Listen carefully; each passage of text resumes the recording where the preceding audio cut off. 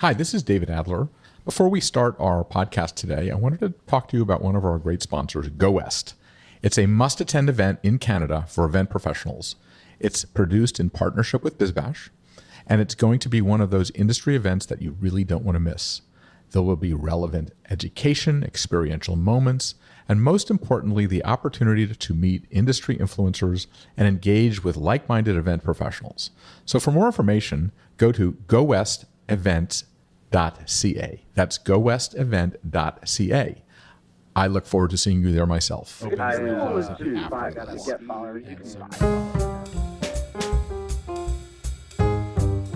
Welcome to GatherGeeks, a podcast by BizBash, the place where people passionate about meetings and events come together. Here are your hosts, BizBash CEO David Adler and Editor-in-Chief Beth Kormanik.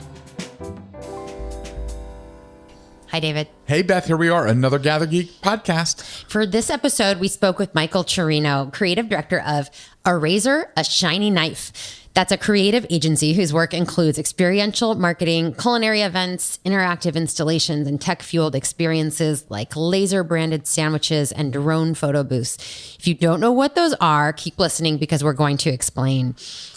He says the things that I do connect with people. So that's kind of the overarching goal here. And that has meant serving a 100-course dinner to serving a fine dining meal on the subway. He also likes spectacle and stunts with the end goal of getting people talking. He is, in my opinion, a genius when it comes to spectacle of experience.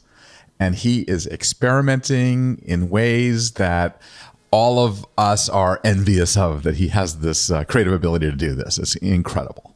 Great. Well, let's get into it then and take a listen. Welcome to GatherGeeks. Thank you for having me.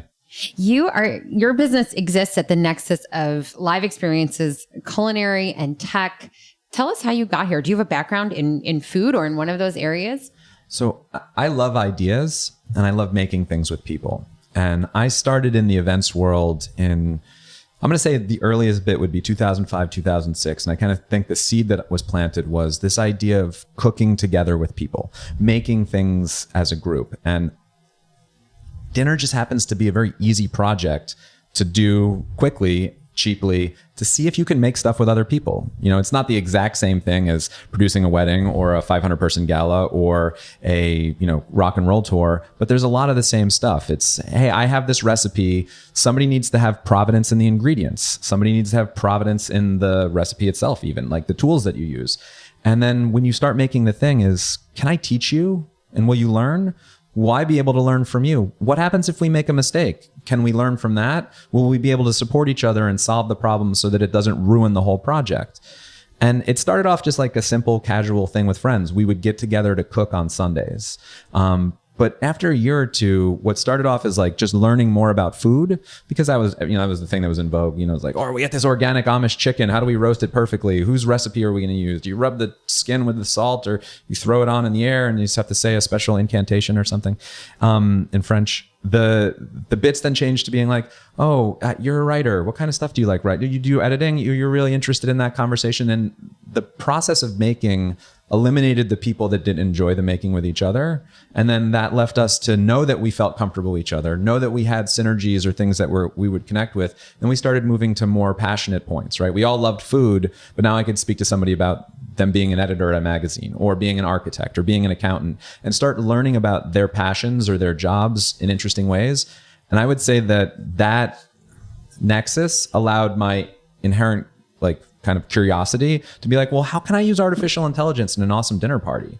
No, how can we get your architectural voice to kind of create a unique table structure, not necessarily for the sake of entertaining the guests, but for entertaining us as the creators. Mm-hmm. But a social gathering eventually turned into a business. And that was all thanks to Pete Wells from The Times. I would say that sometime in 2008, I had been doing that dinner party. I kind of took it up a notch. So every Sunday we did very thematic meals and we announced a season's worth of performances. And in that process, Pete reached out to me and said, a lot of people said I should talk about underground dining and what these experiences were like. But he's like, I'm not really sure it fits in the paper because and to let our readers know if they're not familiar with Pete Wells, he's the Times restaurant critic. Yeah, so Pete Wells, the Times restaurant critic, said, "I'm not sure if underground dining should fit into the pages of my newspaper because either you throw amazing dinner parties, which is great, good for you, but this is the dining section, or you run an illegal restaurant and you're outside of our purview, you're outside of the rules, you're not up to speed." And I was like,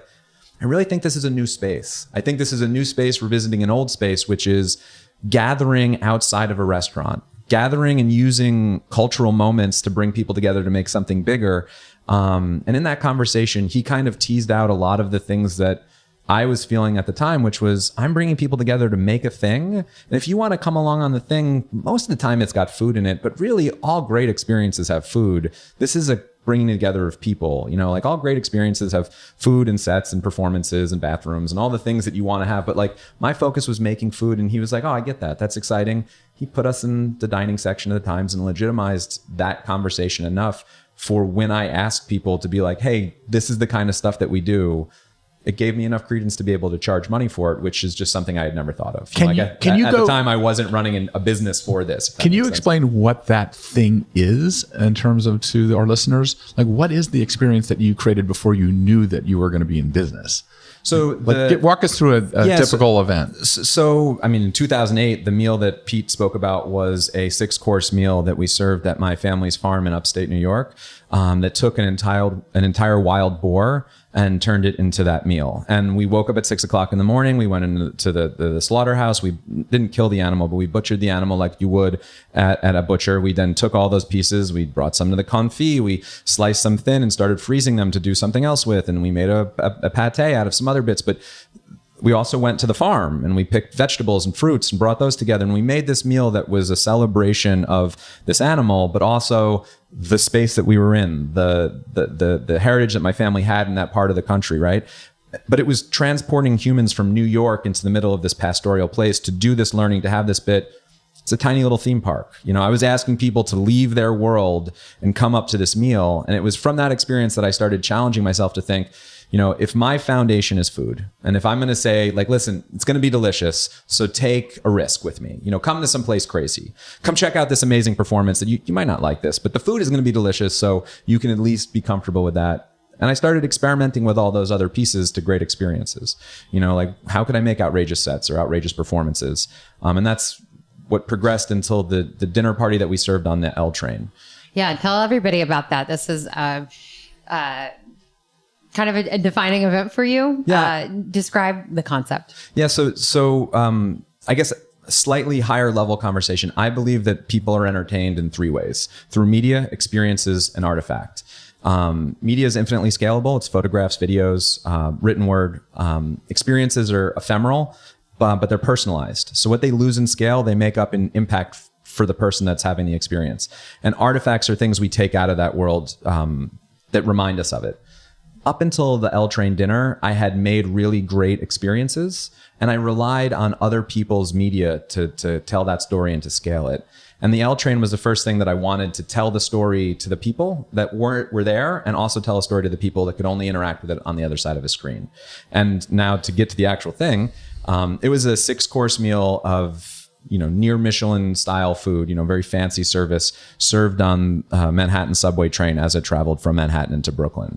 A lot of the details for the whole thing were designed so that we would actually fit in a society. I think a lot of the things that I try to do are at a high level of production quality because anybody can be a pirate, right? We live in a society, though, that has food safety handling rules and rules about fire egresses.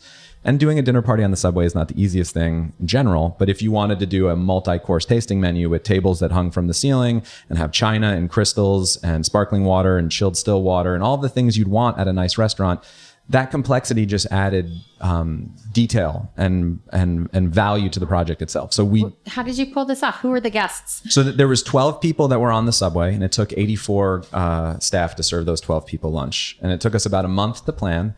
And a lot of the problems that we incurred were like, MTA says you can't put anything on the ground, so we can't use a tray jack. So that means we need 4 more people to hold all the things. because if they touch the ground, it could be a fire hazard and prevent people from egresses. But you were working with the MTA from the start. This wasn't a guerrilla experience. We did not work with the MTA. We worked with the MTA Code of Conduct to make sure that they publish their rules. They say what they can and can't do. At the time, you could have food on the subway, but the whole bit was to listen and to make something that wasn't going to stop the subway from functioning. People were getting on and off. They were walking through our A woman with a family came on and we gave all their kids snacks and stuff like that. We came prepared to be a part of the community, but also entertain as you would at a city park. We just kind of looked at this as a picnic, but we just wanted to make a fancy one with a whole bunch of stuff. And then that event was very interesting for the guests there because they didn't know what they were going to. They were told they were going to have a picnic and to meet on the corner of 8th and 14th. And we chose the LTrain because it's the shortest subway line in the city and it terminates in Manhattan. So people wouldn't know where they were going and it wasn't going to be a lot of exposure. It didn't need to be a 2-hour trip like on the A-Train or the 1-2 or something like that. And when they came down on the subway, we had a whole team cleaning the car and setting the tables and bringing out the flowers and the china and stuff. And the maitre d' had them sit. We organized them. There were 9 guests that reserved their seats ahead of time. And I solicited 3 people when I got out on the train at 6th Avenue. The first course was a fluke sashimi with bone marrow mayonnaise with trout roe that had been cured in Lafroig and some spring greens. And that was the beginning dish. It was cold, raw sushi, right? From there, we tried to have a menu that felt like a real tasting menu that was in vogue at the time. But it was roughly every 3 subway stops, one whole team would get off and one whole team would come back on with all new china, all new food service, whether it be table side or done ahead of time and plated and brought in. We tried to give a pomp and circumstance of a fancy restaurant. And who was the chef? Me. You. This was all you. So it was myself and Danielle Castagno, who's my business partner at the time. And I would say that we planned the menu based on the logistics, but each of the people that were cooking the food, whether it be one of the other chefs was Linda Saris. She made this beautiful ramp soup. We enabled her to fill in the gaps because she was going to have to fire it and carry it all the way to the subway and make sure all the garnish was there. So if the thing that I thought was going to be beautiful, this beautiful ham tuile that'll stick out of the top of the thing, she's like that, they all broke. So we came up with something different that looks beautiful, but is entire, and Michael Lee is another chef that was at the time, he was in charge of the steak course. So he figured out how to keep the sauces hot and he and I worked on heating elements to make sure the steak was warm all the way to the platform. But he was really in charge of the thing. I was more of the executive chef and then each of the courses was kind of done by a sous. So the 9 guests who were who signed up in advance, did they buy tickets? They did, and then we refunded them the second they got on the subway. And the reason why we made them buy tickets was because people who don't buy stuff don't show up to stuff. And how much did you charge? We charged them $100 and then we gave it back. So but $100 is a thing. So was this a proof of concept type thing? Yeah. So the proof of concept was, and again, I don't mean to ask your listeners to invest too much time in me, but there's 2 things, right? There's a New York Times article and there is a video, right? The New York Times article was written as New York Times articles are written. Michael Cirino, aged 31, 2 at the time or whatever it was, New York, Brooklyn, New York, on Sunday did this thing that you missed. Sorry. Sarah from New Rochelle, age 34, said this thing that you can't experience. And I was like, well, that's cool. And it's definitely in the record. And it's obviously, it's the New York Times. So I want them to be here and I want them to explain what happened, but it's not connecting my audience, right? It's not connecting the people who heard about my last party and couldn't go to that and heard about this party, now can't go to that. It's not giving them something valuable. So we sat down to make a piece of media from that experience, right? This is kind of where my voice really started to expand, where I say that I do experiential led storytelling, because that piece of live theater, we then tried to translate into a parallel story in media that kind of felt like an Ocean's 11 heist film. Planning an event and wondering how you can give your attendees the best experience possible? Take advantage of customized meetings with Hilton that make it easier than ever to incorporate health, wellness, and great breaks. Hilton will help you build an extraordinary meeting that attendees will remember. To book your next meeting or event, go to meetings.hilton.com. But did you do this? Did you do all this knowing that this is where you wanted to go? Or Yeah, were you? yeah. We wanted sat to- down and we said, "Wow, doing a dinner party on the subway kind of feels like a heist film, and it's not as interesting to tell the story of can we do it, right? I didn't want to make drama in the video of like, oh my god, I can't believe we forgot the eggs. I mean, we're awesome at this stuff. We're not going to forget the eggs, right? You're not going to sit here and tell me like the drama of somebody who does an elegant ballet is like, are the ballerinas going to get their slippers at the thing? You know, it's like there's core fundamental things that weren't interesting in the storytelling. So what we decided to do is to create that drama through this narrative arc, which said like, these people don't know what's happening. They're going to be shocked and delighted. You kind of don't know what's happening. You're going to be shocked and delighted. And in the storytelling, it kind of sounds silly so far in the past, but like at the end of the video, there's like 20 seconds of us like high-fiving each other and like drinking beer and stuff.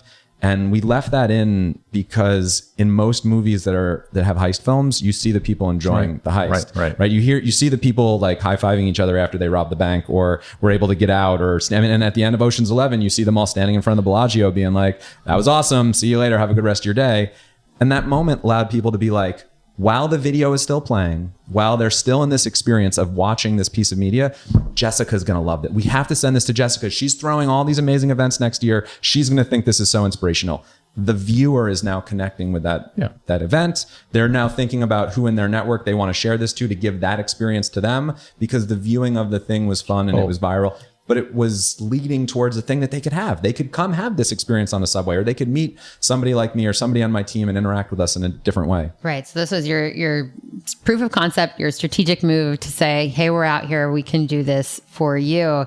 So then you made that pivot. And was that the pivot moment then to working with brands? I mean, we had been working with brands before that, but I think at that point, I then had a value proposition that I felt separated me from other agencies. I felt like I could say, I understand how to take an experience and turn it into 25 or 100 million exposures worth of media, and then be able to tie that into international and national PR, or, you know, like we were doing interviews in Japanese and German and Russian, and that was all structured by our team because New York's a tourism city, and that the video probably got more views outside of the US because of people's excitement and whimsy for what New York is, right? New York is a place where anything happens. And this was just a tiny, silly thing that happened in New York one day. And we wanted to tell that story outside of the city to kind of keep that the mythos of New York City going. Right. I want to push back a little bit on this, though. Thank you. We talked a little bit earlier before we started about the difference between a business and an art form. And it seems like, were you doing this for the business motivation or for the art motivation that would bring eventually business in? And we talk a little bit about that whole, like, what comes first. Yeah, this is directly to Beth's point. Like, I did this as a proof of concept to say that my voice and my creativity on one side can capture people's attention, can engage an audience, an editorship, right? The New York Times wrote about it. 1,500 other publications wrote about it. So the things that I do connect with people, and I can also turn them into real things, right? Like, there was actually a party on the subway that was really difficult to do. So if you give me money, I can also turn that into a really difficult thing. So it did a little bit of both. It said my artistic voice captures people's attention. So if you give me creativity, if you trust in my creativity, it has an audience, it has somebody to interact with. And if you trust me with your resources, your investment in time, energy, your brand, I can manage those things and execute well. And I'd say that one of the reasons why I was always enamored with BizBash, but never fully felt like I could be a part of the BizBash community, was because I always thought that I got work by making art, and then people would call me up and be like, we want your subway thing, but can we make it blue? Because our logo is all blue and we want to make it all blue. And then I was like, sure, that's great. Let's do it. And and then in that conversation, I would normally say, I saw your event footage from your trade show last year. Why don't we make something interesting at your booth? Because it was interesting to me, it inspired me, and I never really sat down and thought I should be the agency of record for this organization and produce all of their in-house stuff, but I would constantly find inspiration in problems that they didn't see. And that's kind of how our business grew and expanded. We would do something awesome, and that would bring somebody to us, and then we would start to understand their needs and help them out in another way. Yeah, let's talk about scale for a minute, because that's an interesting example you brought up with a trade show booth activation. So your subway dinner, 12 guests, 84. Did you say 84 staff? 90, yeah. Okay, so that is not a ratio that's really sustainable in the long term. But, you know, how is something you do at a conference different from what you're going to be doing with a like a pop-up or mobile experience versus something really bespoke and intimate experience for a client? I mean, I think, you know, what has been great about listening to your podcast for the last 2 years is this idea of experiential narrative that you guys have reflected on in a bunch of different ways. And I think that each of those audiences or each of those authors, whether it be the brand or the event or the charity or the reason why we're getting together, has something that they're trying to communicate, has either a learning that they want to give and a piece of entertainment that they want to give. They want to showcase something, right? Whether it be a brand launch or a trade show interaction, get people to kind of interact. Understanding what the deliverable is, understanding what we're trying to evoke from our customer is always the first bit. And I would say that I am not a holistic round agency. Like, I don't do the best trade show booths whole cloth. I do a very specific type of trade show booth that, if you like my voice, will draw attention towards your space. And they're usually, to the beginning of the conversation, experiential, high touch, immersive, stunty, never been done before things that either incorporate cuisine and hospitality or high technology or both, right? And, you know, like, we have a drone photo booth. Is that great at every single trade show? No, but if your trade show... Explain a drone photo booth. So I don't know if this distracts the conversation, but our drone photo booth is part of this kind of in vogue tech space, right? As we all know, the last 5 years, there's been a lot of trends: AR, VR, AI, blockchain, drones. All of these things are said by clients all the time. Hey, my daughter said AR is a thing, right?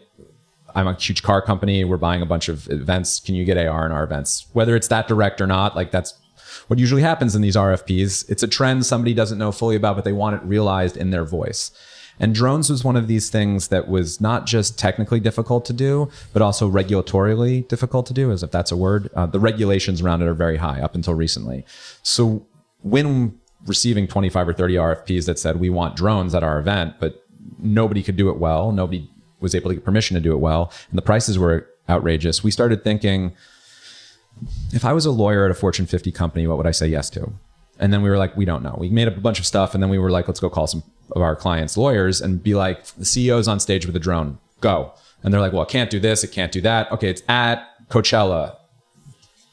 And they started making these boxes of operations. And it sounds silly for us to go to lawyers to get creative, but drones were so far outside of the technological space that we had to put the box around us to be like, you can't fly over guests. Nobody allows you to fly over guests. If you fly a drone over guests, you're doing something wrong. Whether you have permission to do it or not, the guests don't want you to do that. So you can't do that. Great. So that creates a whole type of set design, whole type of performance design, experience design that limits us, but also opens up possibilities. And the drone photo booth turned out to be the simplest thing that we could do at events, where the drone sits on a pedestal right about head height. When you hit the button, it comes to a hover right at your headlight, starts with a video of you, goes up to anywhere between 30 and 100 feet. So you see the scope of where you are. We're at the Saperstein wedding in Montauk, and we're at the end of the water, and the ocean's behind you, and this is the whole party, and you're with the bride and the groom, and then the drone goes up in the air. You see all their friends, you see the ocean, you see the point, and then it comes back down and ends right in front of the guests. Now, whether you do that inside at a trade center with a small drone, you do it outside on the beach at the Ritz-Carlton in Miami, that idea of I'm a human being and I'm at this experience that you can now understand, and it's still me again here at the end. That was the goal of that project. Mm-hmm. You can do it a bunch of different ways. You could maybe have a balloon up there or something, but drones were in vogue. So this seems to be something that people enjoy. And if you are looking for a spectacle at your booth that captures people's attention, I might be really good at that. Now, I'll maybe bring in a vendor that's excellent at integrating the carpet into the Formica design backdrop because they've spent years. Like Sparks is amazing at doing build outs and stuff like that, but they don't do the sparkle stuff as much. So a partnership between me and them on a booth would be awesome. They're great creative people, but like I do stunts. So if they have a client that's like, we need to draw people here, that type of partnership is what I would be excited about. If I'm doing a conference, my goal is to elevate moments in that conference so that it feels richer and more transportive than just the information alone, right? So if it's in the morning, how can I get a barista down there to pour latte art? Because just having that machine there brings sounds and smells and textures And regular coffee service might not do that, right? It might transport somebody to be like, I just walked in the New York Times Center and it smells like Ground Central, or it smells like a Joe's, or it smells like the best barista in the city pouring me coffee. That changes my mind than just knowing that there is drip coffee somewhere here from the house catering team. And I would say that type of small focus allows for the entire event maybe to have a slightly different tone or texture. And it doesn't always have to be stunt based. It doesn't always have to be stuff, but it's normally detail based, if that makes sense. Mm-hmm. And I personally like technology and food, so. Right. So I wonder if there's any frustration though, you're talking about engaging all these senses. I love the smell of coffee. What if I smell that wonderful aroma as I walk in, but the line's really long? How do you deal with that? I mean, that's really where the rubber hits the road, right? So I think any stunt can capture somebody's attention, but it becomes an amazing activation with the best practices underneath it, right? So we've been working on this project for customizing food called the laser sandwich. And the idea was basically just taking the Coca-Cola can of putting people's names on food and beverages and bringing it to a sandwich, right? People love it. They love eating their name. It's awesome. They love eating their hashtags. They love eating their ad symbols. They love eating pretty much any word.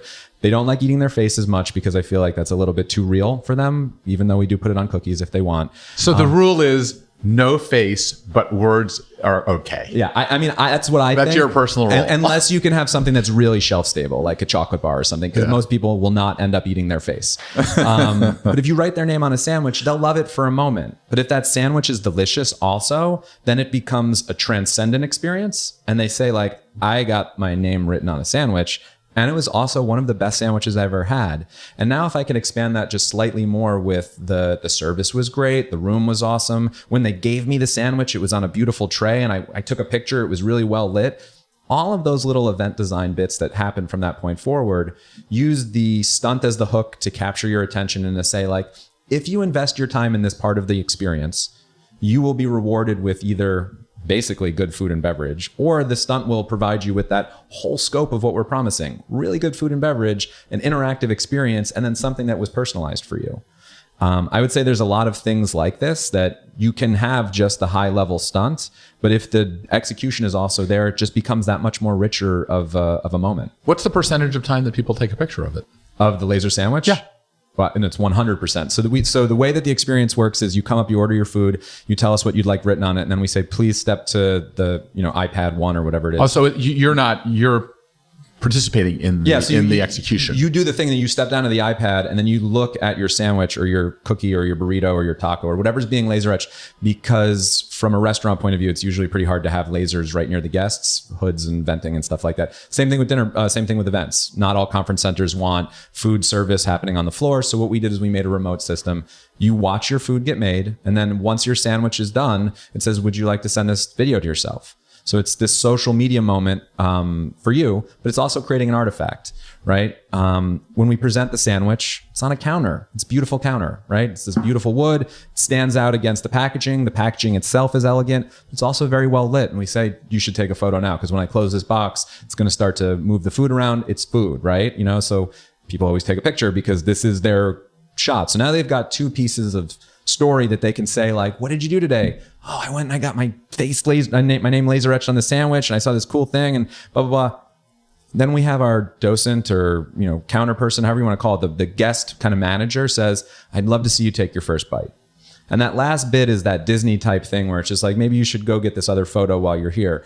But it also encourages them to eat the food, right? Because in this customized selfie world, right, this is really hard for people to, again, eat their face or eat their thing that they just spent all this time customizing. But if we encourage them to capture that moment and have it be a storytelling thing, it's not just for Instagram. Now it's for them to be able to reflect on it. And I had a meeting with an interior designer, and she told me, you design your house so that when people come over, you can tell stories. And when you're alone in it, you can tell stories to yourself. And I realized that a lot of that stuff is just capturing experiences and bringing it back to a place of permanence in your home. Hopefully through that video, photo, interactive photo, they can take this really disposable lunch and turn it into something that they can reflect on, whether they're a tourist in New York or it's just their lunch day and they got to go back to the office. Now it's elevated and it's moment from reality. You're taking the concept of the fine dining tasting almost and bringing it to an everyday world. I mean, the idea of using, senses, I mean, the taste buds are probably one of your best senses. You know? I would say, Beth, to the other point is one of the things that's trickiest for me as a responsive agency is I'm constantly trying to enable the creators to be in charge, right? Like if you go to a Michelin-starred restaurant, you sit down and you say, "Hi, chef, I would like to have your food. I'm here for the performance." If you go to Broadway, you say, "Hi, Mamma Mia, I am here to be sung to. Please, Kinky Boots, I want a huge beverage in a kinky boot, and then I want to be sung at for a while." There's not as much interaction as like understanding that there is a director and a production, and you're part of that.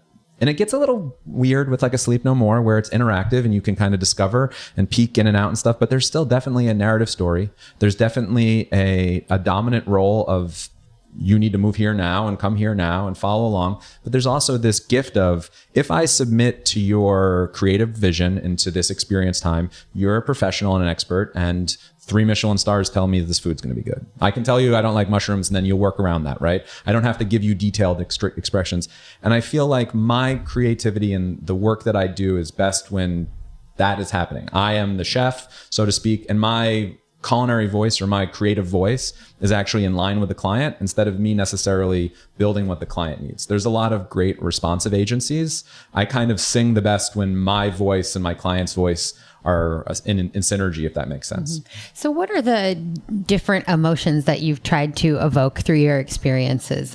We heard whimsy earlier, but is it always whimsy? I mean, sometimes is it just a wow or an amazement? Are there other emotions that you have evoked through your work? Yeah, I think emotions and the communication that happens right after that impact emotion, right, are what we try to do in every single event. So 2 of the most real experiences that we've designed, I think, in this regard. One was a life-size Monopoly game that we built in Panama to teach the people, like the oligarch class or the richer class, how to more interestingly and creatively give money to charity. At the time, there wasn't a lot of like galas. There wasn't a lot of places for the wealthy to get together around philanthropy. It was mostly donating to the church or the synagogue or donating to a political campaign. And our partners down there were doing on the ground work with local communities, and they wanted the wealthy people in the city to invest in their community.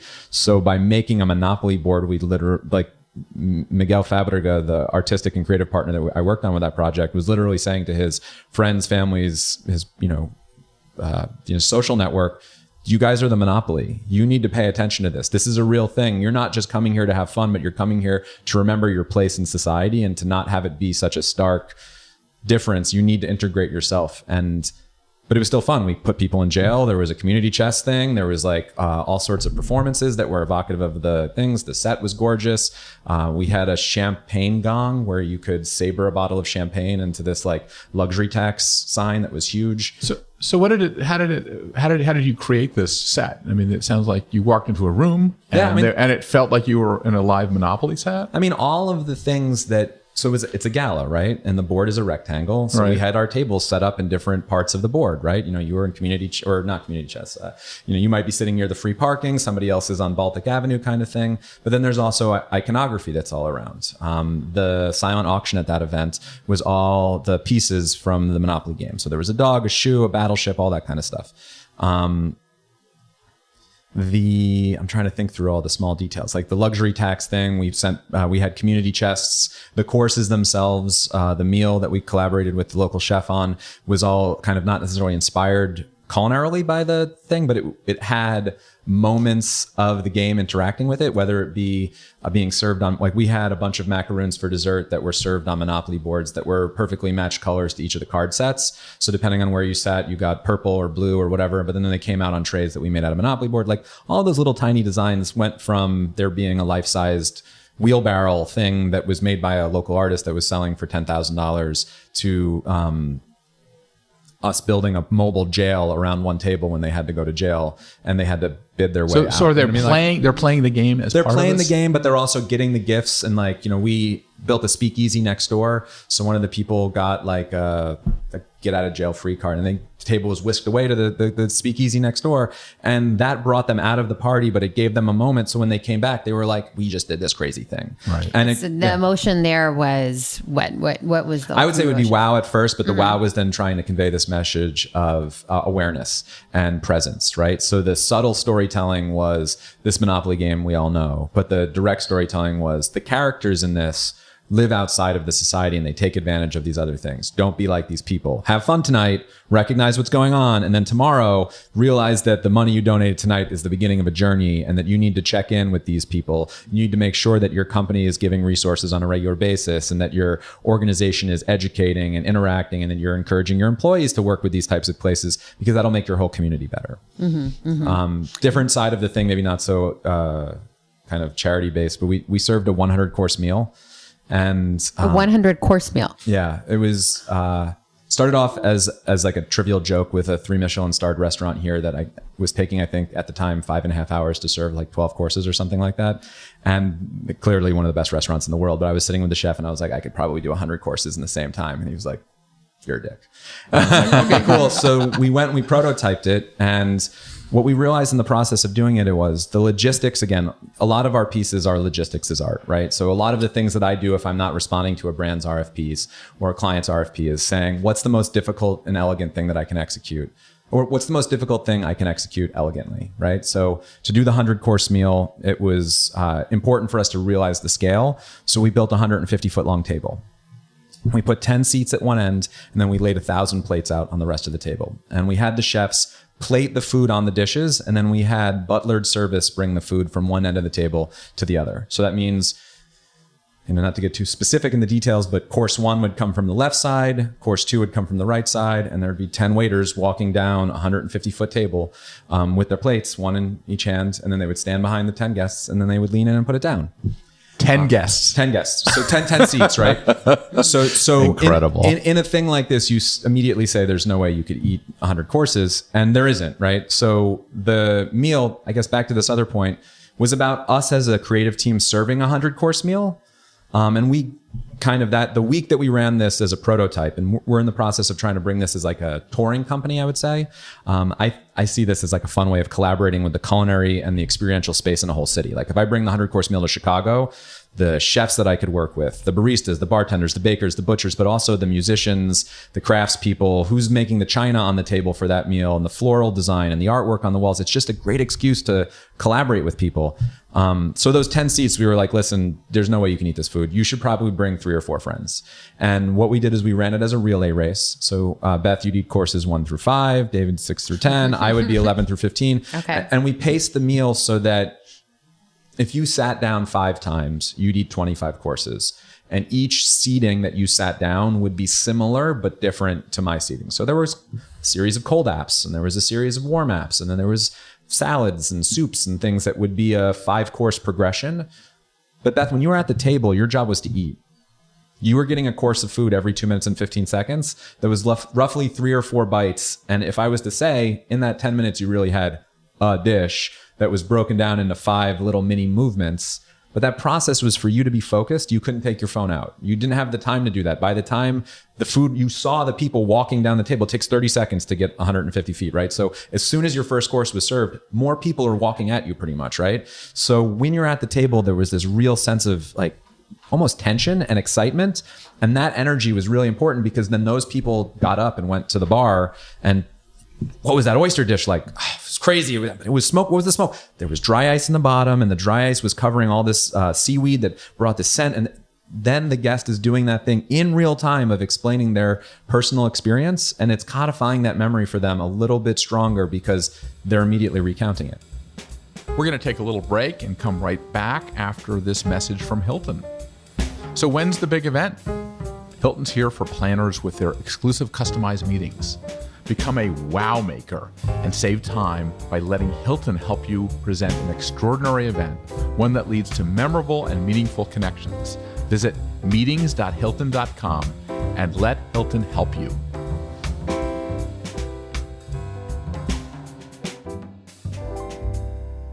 Part of the experience is the person explaining what it is. Yeah. Do you have time to do that in the or no? So I mean, again, you guys are BizBash, so we can get into all these details. Yeah, we love this geeky stuff. So there's 4 teams of chefs working, and they're serving courses roughly every 8.5 minutes, right? Each team 1 serves course 1 and they serve course 5, right? So the 4 chefs that are in charge of plating have enough time to talk to their guests because they can interact with the people walking around the table and speaking with them.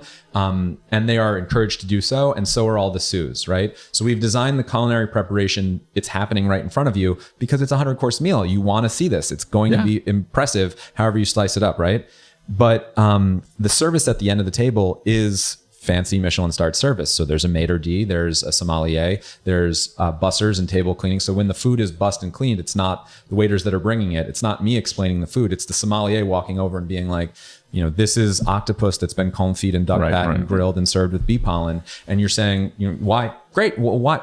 We have this amazing relationship with this Portuguese octopus fisherman, and that's the maitre d's part of the story to tell. My job as the event designer, as the creator, was to make sure all of that stuff was singing and to pull each person into the moments as they were happening.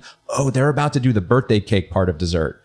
Why not have a birthday cake at every meal, right? I mean, so we made this huge birthday cake, bringing people into that experience, getting the other guests that weren't at the table ready to sing to the one person whose birthday it was for that course 97 in the meal. Like, everybody knew their place. It was a flash mob for a second. Everybody showed up. She didn't know that they were going to sing. It was, it was her birthday. And then you had all these random guests and people singing in the middle of this crazy culinary experience in general. My job was to make sure people knew that that stuff was going to happen, know that they could participate, get them excited about participating, and then making sure that in that regard, you didn't have to take your phone out because we had 4 photographers taking pictures of every dish. So how common is, or how often is that your process of coming up with a really cool idea, something that's never been done before, and then trying to find the application for it, or you dreamed something up and now you're like, who's going to be the best client for this, as opposed to a client coming to you and saying, let's work something out? I would say that over the last 5 years, that mix has gone from 20 to 30% of the time we were creating spectacles and using them to guide the in-reach that we were getting from brands or help us close deals and stuff like that.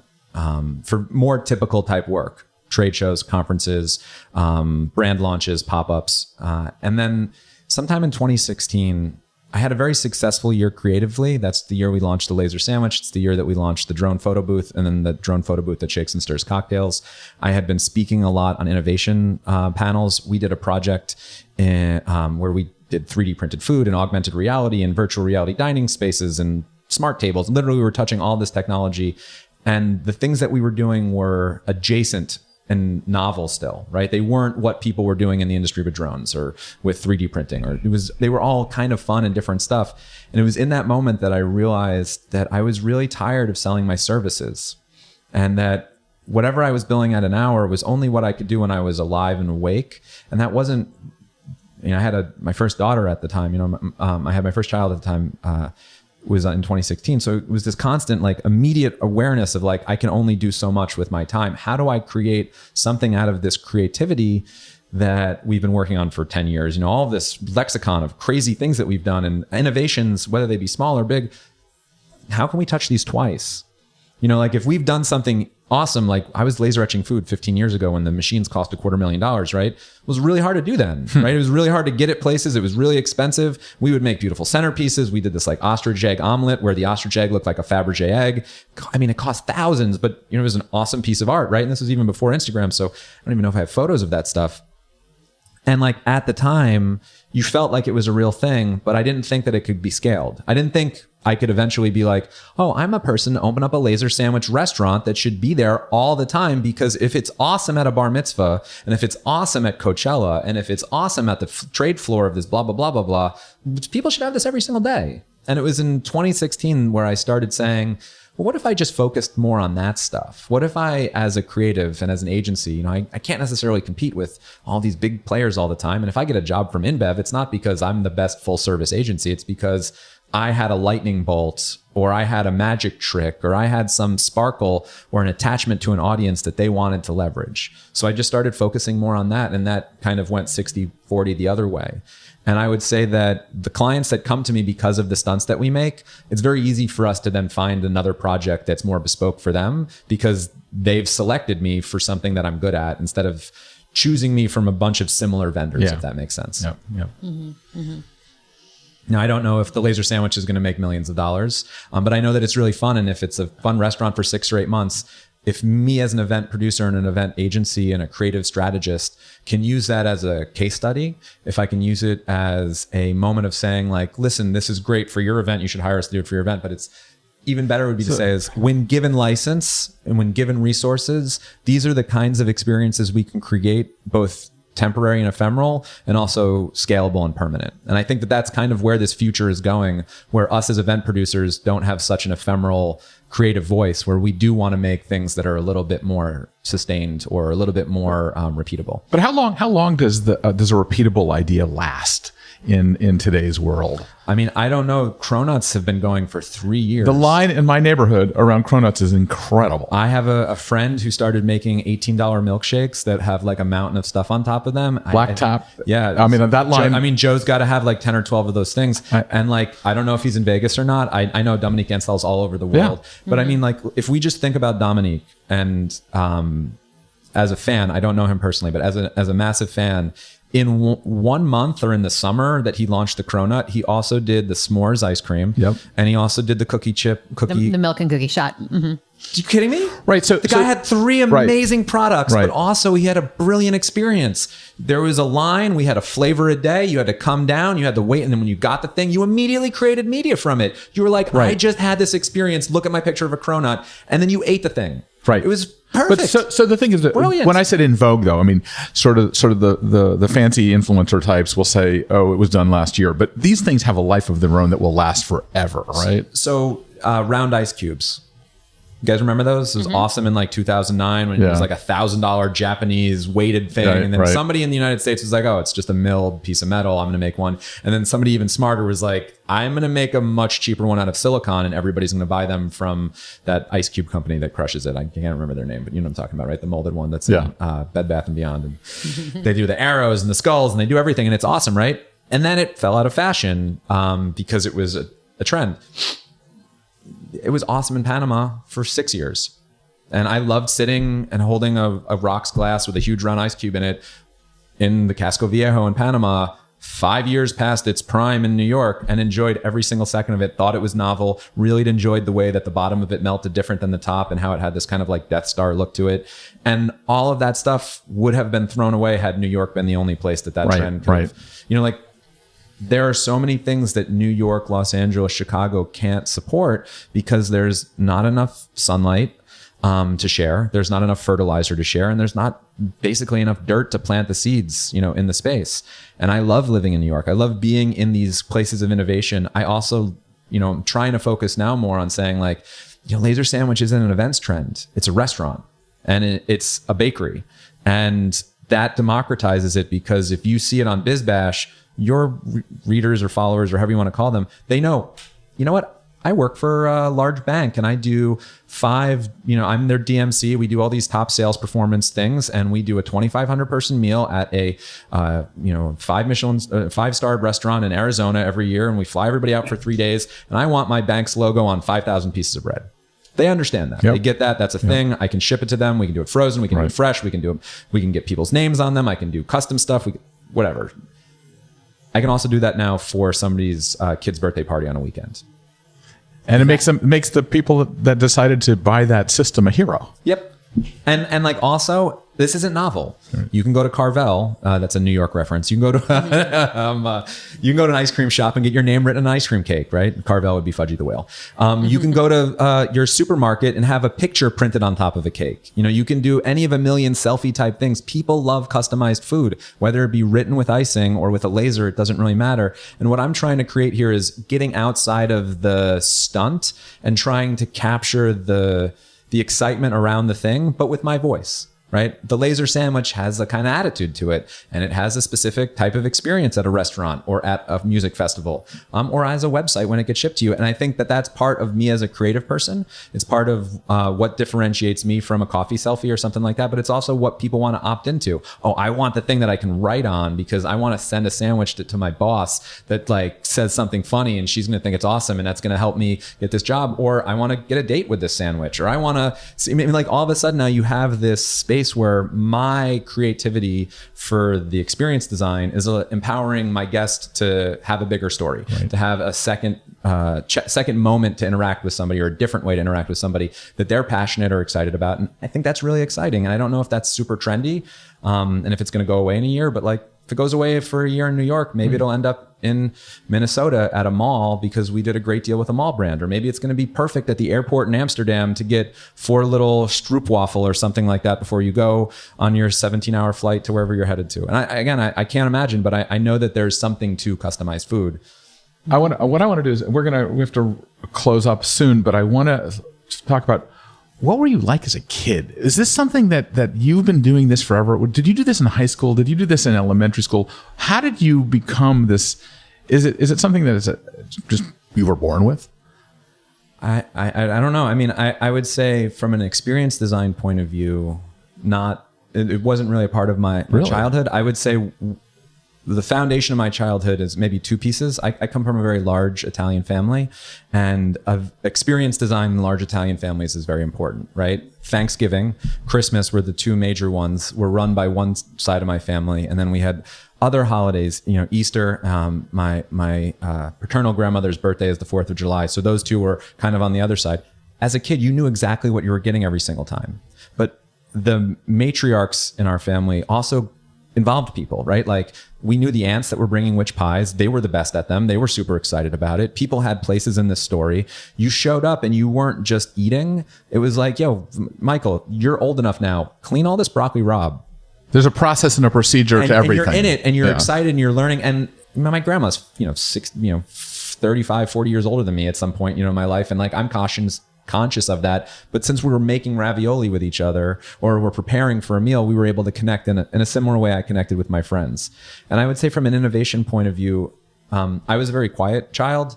I always really liked innovation and I liked new ideas. And I was always enamored with the way of like taking an idea from our heads and turning it into a real thing.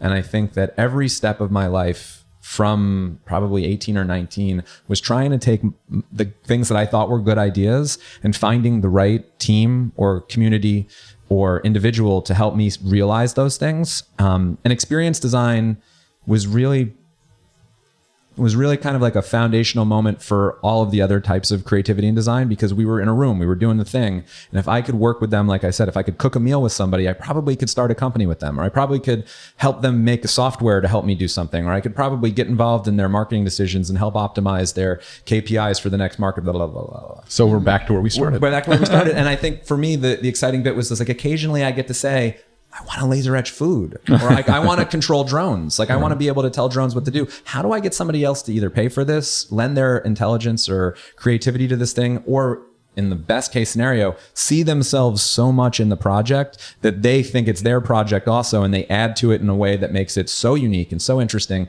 that you can only get by it being like, oh, I'm a drone expert. And this guy came to me and said like, Jessica, you get to be the most drone expert ever in this interesting, weird box that I'm going to build for you.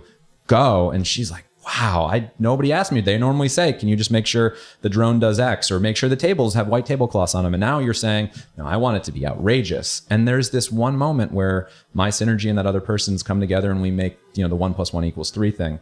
I really live for that. And I would say that's where it came from when I was a kid, like that idea of doing that as a community and kind of making those ideas bigger and realer, if that's possible. Mm-hmm. And before we go, I did want to ask your philosophy on social media. I feel like that there's some maybe ambivalence. You talked about this before we started, the scourge of the Instagrammable moment. Are we being held... is there a tyranny to social media? Because I imagine a lot of your clients, they want something that everybody's going to Instagram. They want that exposure. is that always good for creativity? I don't know, but tell me where you fall on that and how it drives your thinking or factors into it if it's not driving your thinking. So to me, there are, and you guys would be able to push back on this immediately, but when I think about a great event, I think of 5 things, right? I think of a set, a performance. I think of food and beverage. I think of music, and I keep music outside of performance because it's not always a performance. Sometimes it's just in the background. And bathrooms, right? So set, performance, music, food and beverage, and bathrooms. You have to have all 5 of them. If any of them fails, it's going to be a tragedy. But any of those 5 things can be the reason why you are there, right? You can be going to a concert. You know the performance is going to be the music. You know the stage. You know what the set looks like. You know what you're probably going to be eating, and you know what the bathrooms look like. You can go to Yankee Stadium. You know what the set is. You know what the performance is. You know what songs they're going to play when. You know what the food is now. Obviously, it's Shake Shack or whatever awesome steak Pat LaFrieda is serving. But you also know what the bathrooms are, right? And what I've started to recognize that over the last 10 years, as consumers of experience, not as the sponsors or the brand providing, the people who are going to these moments, they want all of those things to be thoughtful and great. So to that idea, like I can laser etch a sandwich. I can laser etch any sandwich. I can do McDonald's. I can do per se. But if the sandwich isn't great, the project is going to be terrible at the end of the day, and it's not going to have any shelf life. And if you are producing a music festival, you also have to have an amazingly thoughtful set designed. And you probably have to have food and beverage that sits squarely inside the creative basket, right? Instagram is just an extension of that storytelling. Did you create an amazing experience in real life that compelled people to want to capture that as an artifact and share it with their community? Do you design your sets for that? I mean, you've had so many great conversations of people that say like symmetry from above in a blueprint isn't as important as what it looks like at what did 5 feet high. Yeah, 5 foot high, whatever he said. And that was an amazing kind of thing because it's like you recognize that guests don't think through your, to the LTrain dinner, right? Like reading the New York Times is great, but boring. Watching the video is exciting and visceral and emotional, right? And our goals as event designers, Disney's goal as an event designer was to give you an experience that if you captured, allowed you to relive that experience. And I would say, don't make Instagrammable moments for the sake of creating an Instagrammable moment. Don't have a photo booth because you think everybody loves a photo booth. People don't really care about photo booths. They don't really care about Instagrammable moments. What they care about capturing is the thing that affected them. The moment that they said, wow. Either it be a first look, they come into a room and the set's outrageous. The performance starts and the performance is outrageous. They get handed a food and beverage thing and the food and beverage thing is outrageous, right? Each one of those 5 things, if you make it magical, if you provide it in a way that allows for storytelling, then people will want to capture it. We served a 100-course meal at a 150-foot long table, and guest reception was behind a door, and you walked through the door from guest reception and you were at the top of the table. Every single person took the photo of them at plate 1, looking at 1,000 plates in front of them and guests all the way at the other end of the room. Every single person stopped, took their phone out. I did that on purpose so that tomorrow, Beth, what'd you do last night? I went to a 100-course meal. What does that look like? You take your phone out and you can show that one picture. Well, there's 4 teams of people cooking and the chefs are over right outside of camera and we sat down here, and then all of a sudden it becomes a roadmap for your experience. Now, I would say again, make Instagrammable moments as much as you can, but if they can't be an artifact for the party that you're throwing, if they are not, most importantly, an artifact and a deliverable for the story that your client tried to hire you to tell, right? If you're at an educational event and the photos that people are taking aren't of the thing you're trying to teach them about, what's the point, right? So definitely do it. Definitely think about it. And keep it in vogue because it is important. We've come to accept it as part of event design now.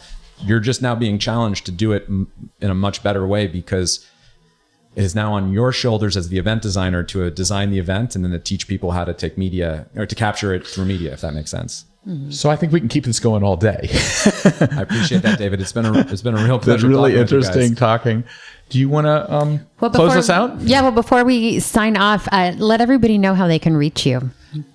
So my studio is called A Razor, A Shiny Knife. You can find us at... Say that again.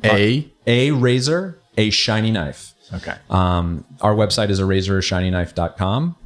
You can find us at all social media handles are A Shiny Knife. If you'd like laser sandwiches at any of our events, whether it be actual lasers or rolls, thelasersandwich.com will solve all those problems. Great. And the restaurant opens Probably December or January, depending on permitting here. But Got our it. goal is to have a pop-up happening this fall. And the lasers are actually doing a whole bunch of events this year. So in probably 2 weeks, we're going to announce a fall tour that's going to go from New York to Los Angeles and be stopping at different chefs' restaurants along the way for like a 1 or 2 day pop-up. Great. Thank you so much fun. Thanks, Michael. Look forward to Thank you continuing. guys for having a conversation. I really appreciate it. Yeah, thanks.